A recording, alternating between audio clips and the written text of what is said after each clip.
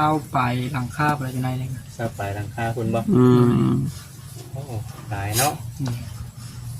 เพื่อนง่ายเขามาอยู่พี่เพราะว่าส่วนเพื่อนก็อยู่พี่นี่สิตัดผมอะไรเนี่ยไม่ตัดผมให้บอกให้ตัดผมอะไรแหละใส่นี่ถือเมียคุ้มบันถือเมียคุ้มแล้วบ่โอ้ยเนาะย่านอยู่บ่น้องใช้ย่านเมียอยู่บ่โดย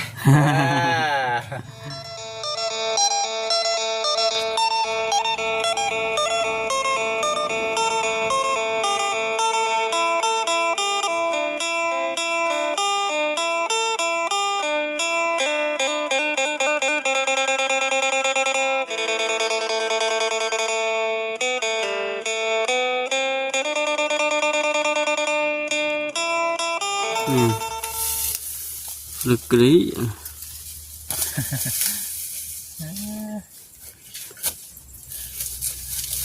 สู่ไปหลังจากเห็นหายทองให้ทานจนแล้วกับมาลุยตัวนี้ต่อขอทานหน่อยดิคอดเมื่อเช้านี่บ่น้องชายเดี๋ยววานนี่บ่ตะแรงวานนี่บ่ตอนแรงวานนี่คอดคอดตลอดคนมีทั้งเก็บทั้งบดทั้งห่ออยู่กันปากเห็ดน้ำบ่จนก็ได้คอยอยากตั้งปัญหาคนตัวไปอยากเปิดเห็ดเลยน้องตุ๊กนี่บ่เนี่ยกล้าว่าเห็ดได้น้องตุ๊กเอ้ยเนาะอย่าไปคุ้มตัวเองได้ตัวเองท่องอยู่คือว่าเนี่ยเห็ดบ่ได้เมื่อยกับพื้นหัวตีน่าอยู่ภาพติดตาอยู่เห็นบ่ตอนครั้งเมย์เป็นตอนน่ะเห็นเลยเนาะเพิ่นอะไรมันบ่คอดผู้น้อยเห็นบ่เขาสอดแจ้งเนาะแม่นเป็นอยู่ในท้องเลยเนาะไม่ได้ออกเลยเนาะออกบ่ใช่ก่อนสอดแจ้งเลยนางแจ้งมาคอยอยากนอนบ่อย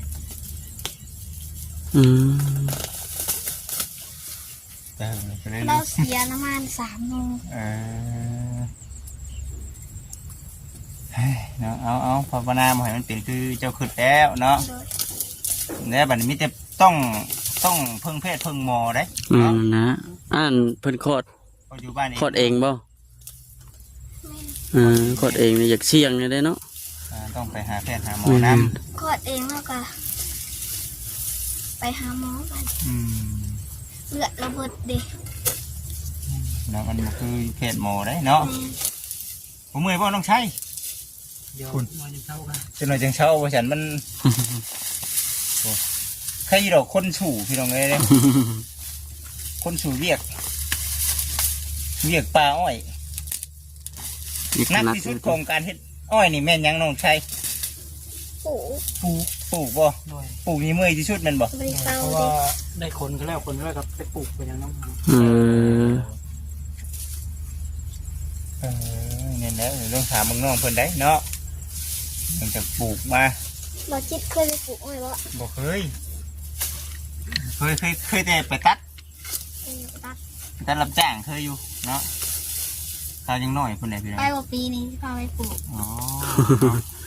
ได้แล้วทำเป็นเนาะทำมาถึงช่วงเนาะ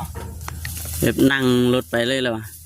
นั่งรถก็เมื่อยป่ะสันป้อนลอยมือป้อนตลอดนะครับอีกอย่างแพงมันก็บ่ได้ง่ายกันเนี่ยแพงง่ายมันก็ใครอยู่มีแปลงง่ายแปลงยากอีกบ่แพงเบิกไม้มันหักไม้ทั้งอย่างไรรถต่ำมันอันนี้มันรถกระต่ายเจ็บตัวพ่อมบ่ถ้ามาเจ็บเนี่ยมันเจ็บแบบไรน้องมันถือหางไม้ใช่ป่ะเพราะว่ามันเทือรถคนมีแล้วต่ำได้อย่างกันมันสะเทือนมาหาเขาแบบนั้นเนาะกับแบบอ้อยร่มมาอย่างนี้แบบที่อ้อยแปลงเงาในคันเงาในกับร่มสีมันก็ขับเข้าเลยแต่ว่าราคาปลูกด้วยป่ะเนี่ยมันกระต่างกันอยู่บ่เลยก็นี่ระหว่างแปลงใหม่กับแปลงเก่านะคือกันซ้ำเก่าราคานี่ซ้ำเก่าเนาะบาดมือบ่หันหนามมาสิเอาบ่ผ่าบุกให้เลยเอาน้ำไหลคันคือไอเห็ดเนี่ย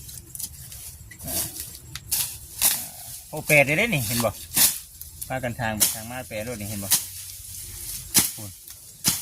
โอ้บอกที่เสร็จมากเมื่อเช้านี่ยังก่อนนะ 1 ข่าวได้ เก็บทานบ่ เลย โอ้เป็นเห็ดทานพี่น้องเลยเนาะโอ้เห็นบ่พี่น้องเลยจริงก่อนพดโรไว้ยาก่อนค่ะ นี่เพิ่นจะขึ้นมาอยู่เลยบ่ป่าบัดนี้ เลย ลุงไล่เด้บัดนี้เพิ่นไปเฮ็ดเรื่องหยังมื้อซุมื้อนี่ สิไปกัดอ้อยนะคือสัต ต้น ว์ อ้อยคือกันบ่ เลย อืม ป้าก็ไปบ่หรือว่า เลย อยู่นํเจ้าบ่ เลย อืมแหละหาเงินมาซื้อข้าวแม่นบ่น้องชัย โดย คุมไว้ ชื่อเถื่อ10 โล5 โล10 โลติ เลย เก็บเล็กเก็บหน่อย คุมไว้คลอดเนาะ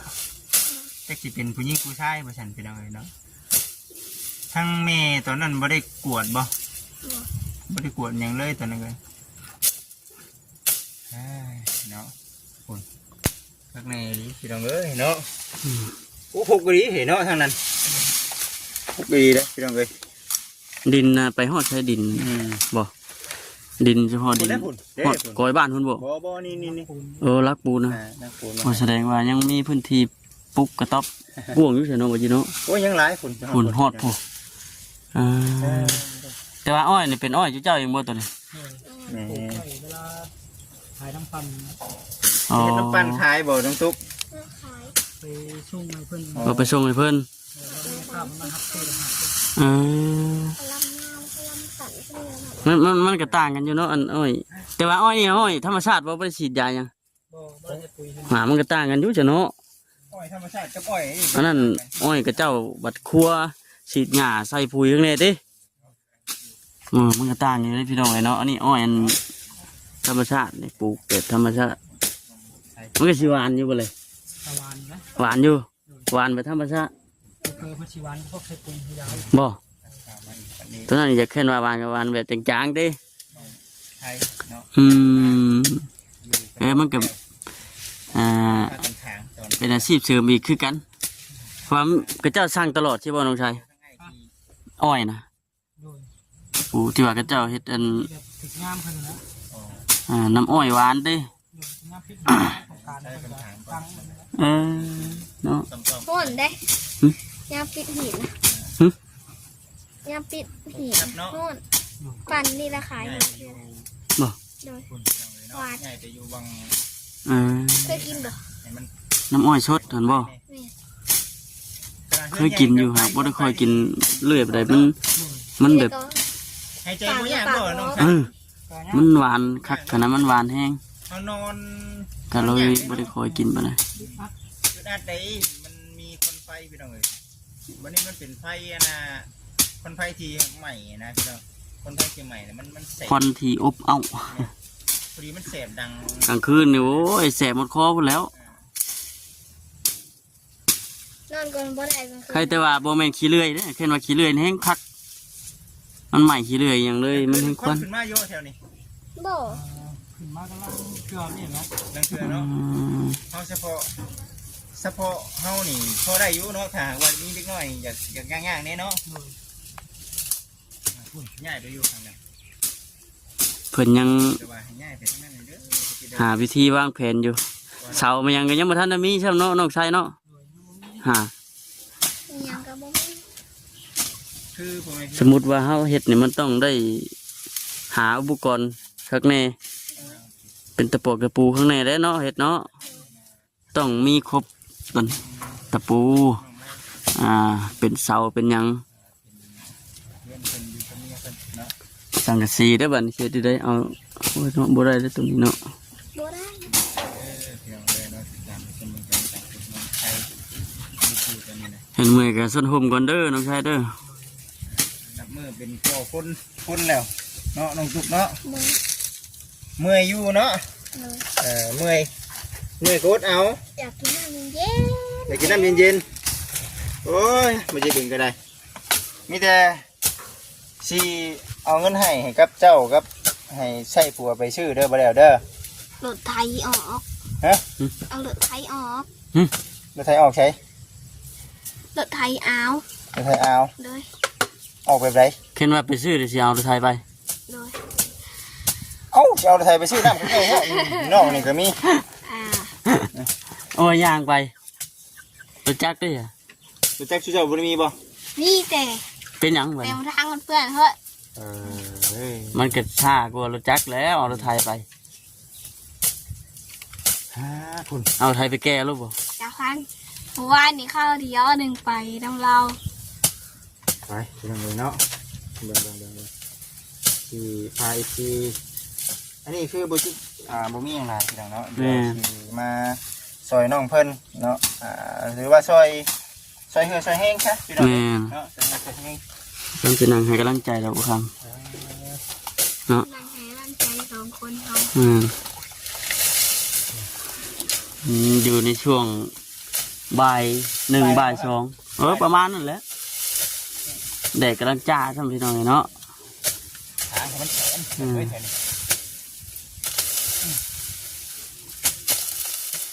พวกอะไรอยู่พวกนั้นป้า เห็นบ่คือโดนน่ะโอ้ เบาไปเกี่ยวเขาป่ะจ๊ะ หืม เบาไปเกี่ยวเขาป่ะ ย่างมาทันในชุกแม่นแต่หน้าบัจิเพิ่นเกี่ยวแล้วกัน มาเกี่ยวซอย แม่นเอาเมียมาเกี่ยวซอยเอาซอยอินนั่นนะพี่น้องเลยเนาะมาเกี่ยวซอยทางนั้นแต่พอทำไม พอ แต่ว่า ต้องใช้เอ้ย อยู่ทางนั้นยังบ่ทันได้เกี่ยวเขายัง ตับก่อนไปต้องทุกเลย เขายังเขียวอยู่ไปนั่งพูดแล้วก็ต้องพูดแหละ มันแดกแกพักผ่อนก่อนก็ได้บ่จิตเด้ พักผ่อนก่อนบาดนี้ แม่น เห็นบ่ข้าวกวดแบบนี้พี่น้องเอ้ย เป็นไปมีอันนั้นน้องตุ๊กเลยสิแนะนำมีในพักกับเฮ็ดนานพักใช่นี่ เพราะว่าช่วงฝนน่ะปลูกแล้วว่าเพิ่นบ่ขึ้น มันเป็นยังไงมันเน่าบ่ มันเน่าเลย มัน จิตหมุนใส่ไว้ก่อนมันห่อนเลยที่มันเย็นเนาะไม่ เจ้าหวานครับก็จะโอ้ยธรรมชาตินี่โอ้ยบ่คำหากับชาวผู้หันเนาะเห็นแล้วบ่ข้าวกินหรอกหากับพืชผู้หันเป็นไข่กับมันเป็นไข่มันมุ้ยเสียง เป็นวัดแกมไข่หน่อยนึง คือการอะไรอยู่บ้านนี่กะ ฮะ คือการอะไรอยู่บ้านนี่กะ อ๋อ ฝาเก่า ก็หลายคน ก่อน ไม่เป็น สิ นะ เอาเป็นยังกัน ให้คนนั้นกึกดิ โดย มึงยอดเสียงวะหากกับพืชผู้หันพี่น้องเอ้ยบ่คำกับจะนอกผู้หันก็โอ้ย ห่อนคัก ปากกิน สิ หม เอา อ อีหยังกะ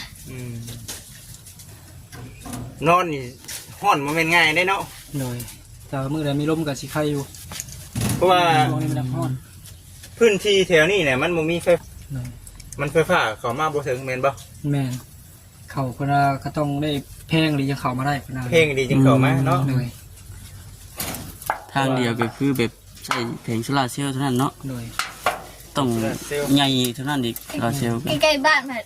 ไหลหัวแล้ววันนี้รถเตะ เพราะว่าเพิ่นว่าสิเคยเล่ากันอยู่ว่าออกเงินกันดึงไพ่เข้ามาแล้วไปถามพวกชางไพ่เพิ่นก็ว่าแพงระยะ มันเพลงดิ เลย เท่าไรก็อันนี้แบบว่าเป็นวันดึงมาแต่ใครขึ้นมา ก็เพิ่นว่าคือว่าผู้ละหมื่นบ่ ผู้ละหมื่นดิ ออกแล้วก็สิหลายเติบแล้ว ยันหลายเติบเนาะ แม่นเพราะว่าเพื่อนกับบริบทตัวนี้ได้เข้าไปทางในอีกก็หลายหลังอยู่ โอ้โหเพิ่นละหมื่นนี่บ่ธรรมดาเนาะพี่น้องเอ้ยเนาะ ประมาณ20ปลายหลังคาอะไรอยู่ในนี่ ทราบปลายหลังคาคุณบ่ โอ้หลายเนาะ เพราะเพิ่นอยากง่ายเข้ามาอยู่พี่เพราะว่าส่วนนึงเพิ่นก็อยู่พี่นะ นี่สิตัดผมอะไรเนี่ย ไม่ตัดผม ให้บอกให้ตัดผม อะไรแล้ว ใส่นี่ ถือเมียคุ้มบัน ถึงเมียคุ้มแล้วบ่ะ โอ้ยเนาะ ย่านอยู่บ่น้องใช้ย่านเมียอยู่บ่ โดย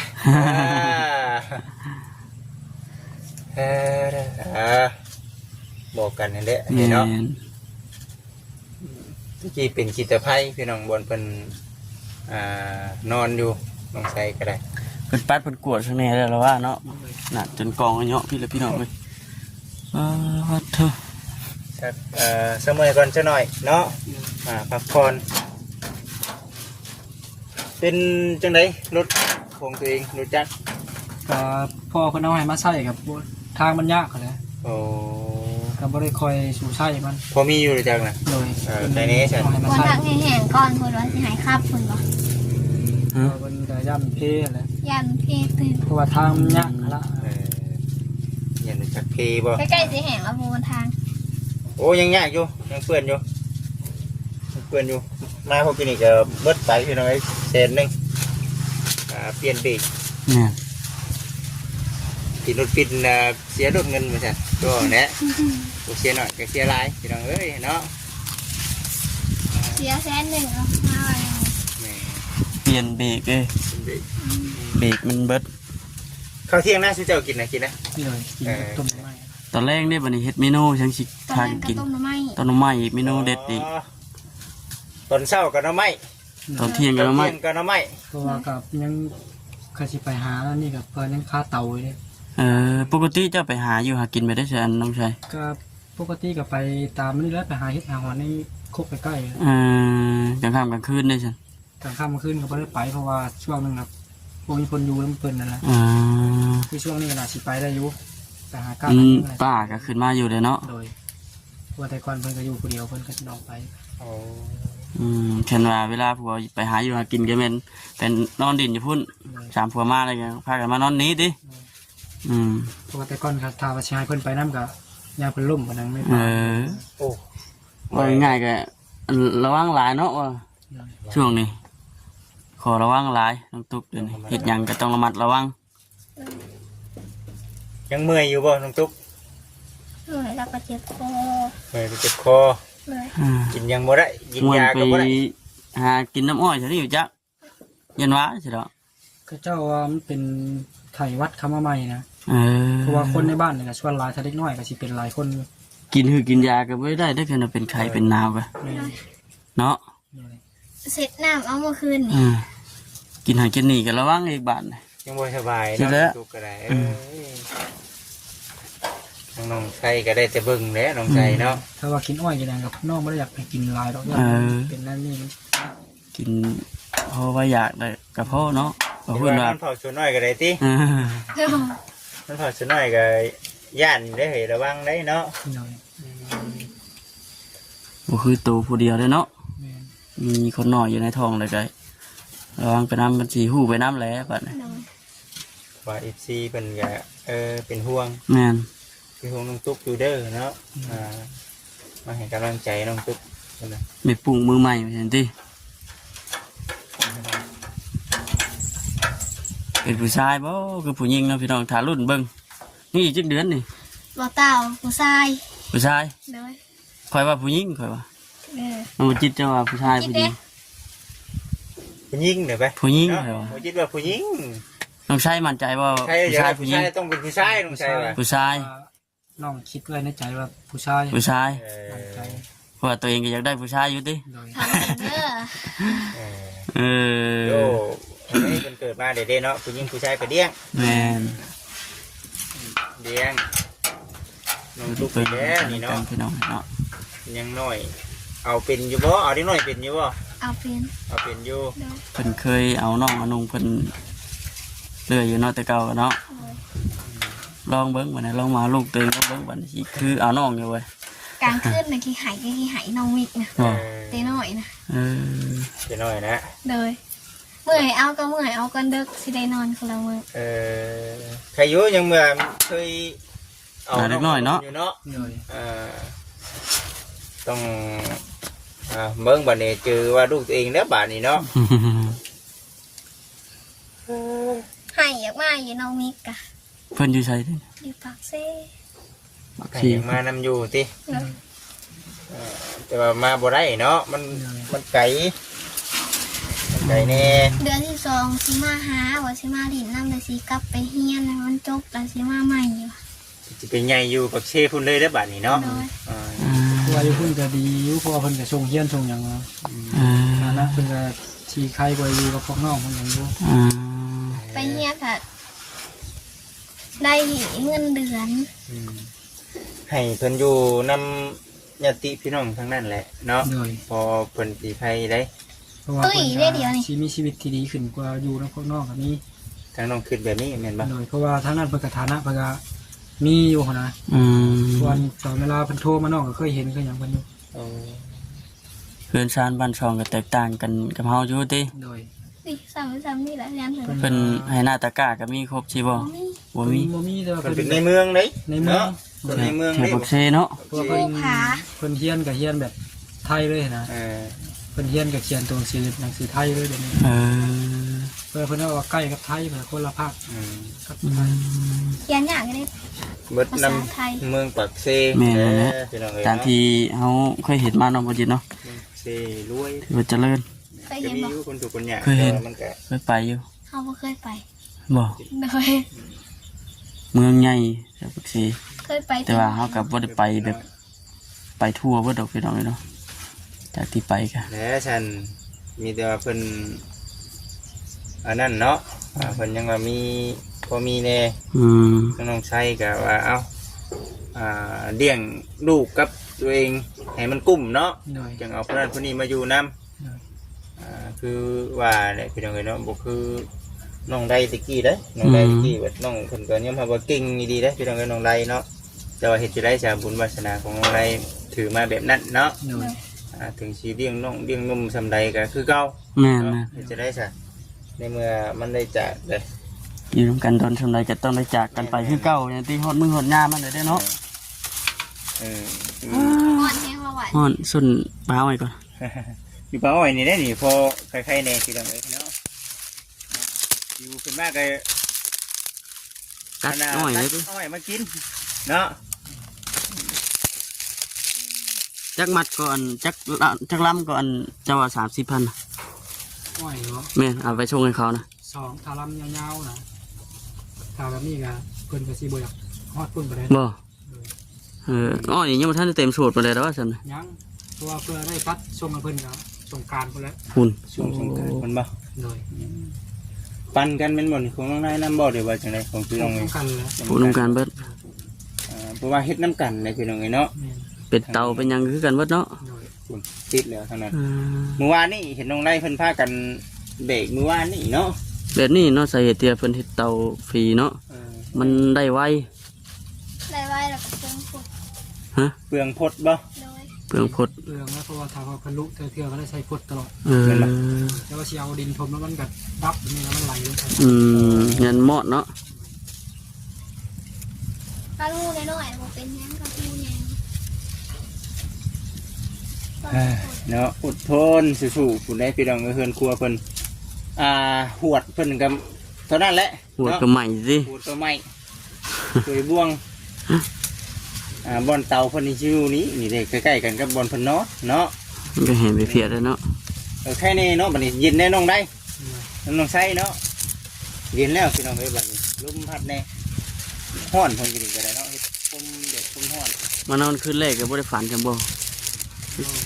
นี่ว่าสิเนาะ อันยังฉันน้องตุ๊ก สมอยแจ็ด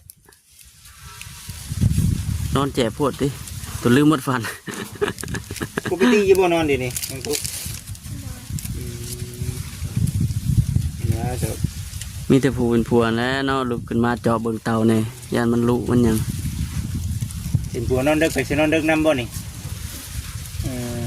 เพราะว่ามันเทื่อเพิ่นก็มีแบบปูไม้มาซอยอยู่ เออ เป็นมะลินนี่นะ เออ คอนเนาะนี่ยังอยู่นี่ยังคอนขึ้นมาอยู่เลย ยังมาอยู่ขาล้อมมันก็ตามล่มเลย ลมพัดเปลืองไปทางใดก็ไปทางนั้นเด้ คอนกระดุม ถ้า ตัว รัง ขึ้น กะ มา สีแบบ ค่านังกระสีอยู่หักคอนขึ้นมาคือเก่า โดยส่วนลายมันใครใช้เงินใหญ่ ส่วนใหญ่บ่ อืม